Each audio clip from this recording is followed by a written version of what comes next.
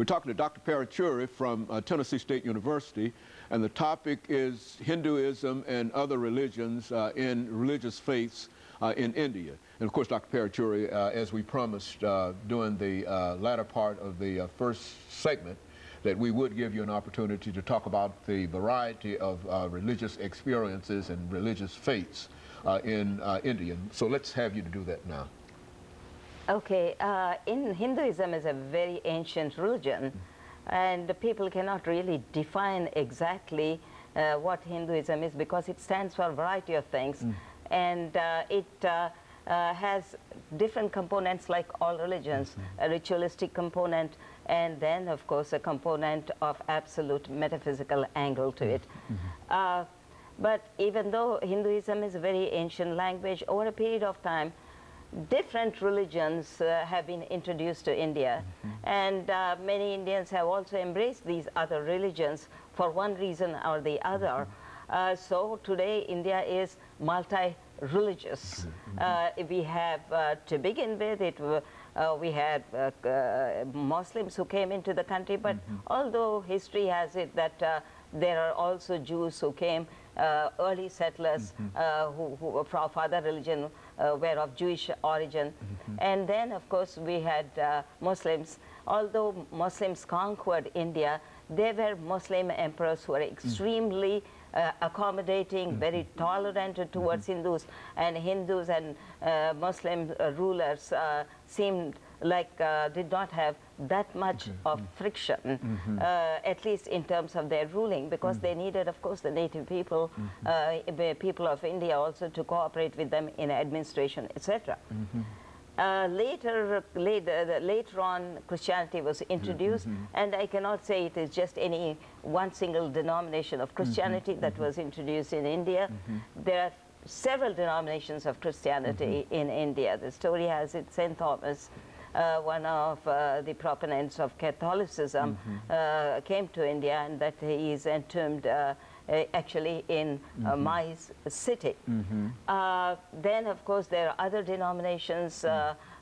Gradually Christian missionaries did very pioneering work in terms of spreading Christianity, and so you see many people also converting to Christianity in India, and it's more so in some parts of the country than in other parts. And they have done great pioneering work in terms of some regions where there's not been any kind of awareness to any type of modernity. So the Christians introduced education, modern education in these regions for people who had no idea about outside their own environment. So we have, other than Christianity, around 17th century, another religion which was also a part of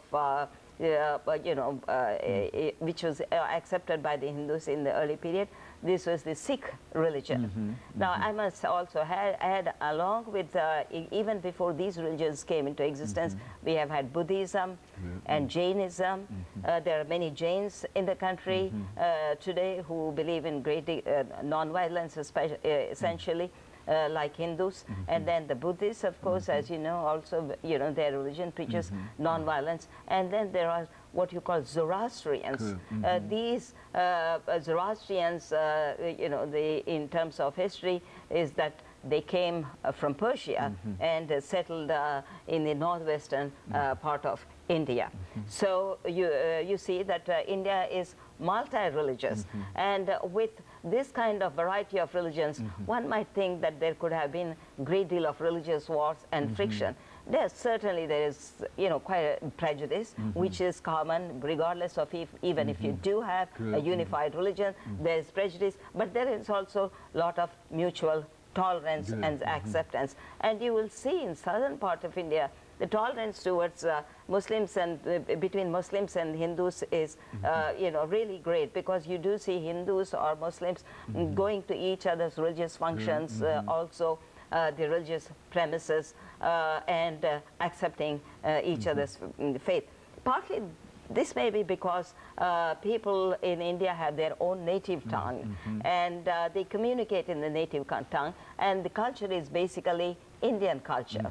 And consequently, even though these religions have come, their lifestyle basically is very peculiarly Indian.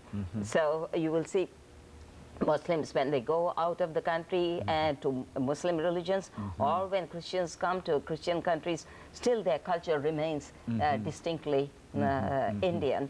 So, which may be somewhat surprising to Western observers, but even their faith, the way practices, there is a way of native practice that you see in many parts of India.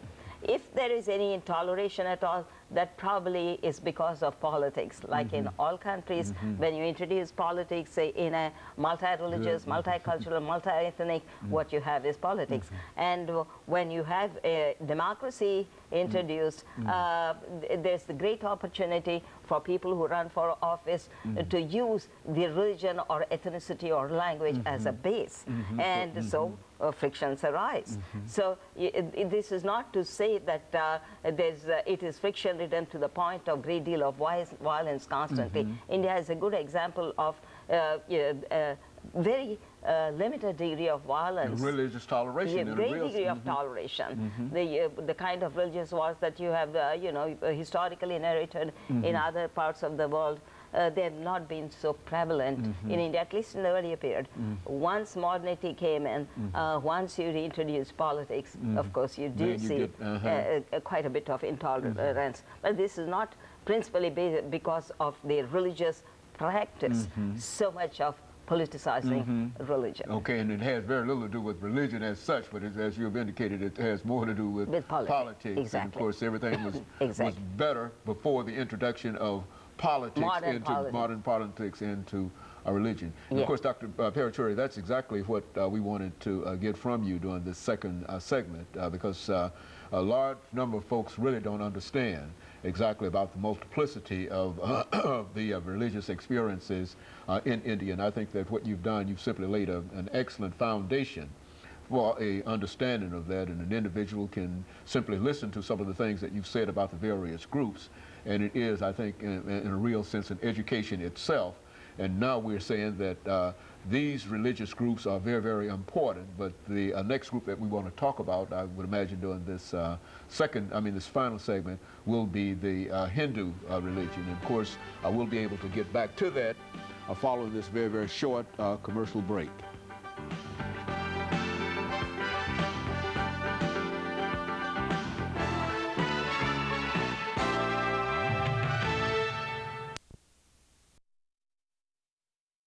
To Dr.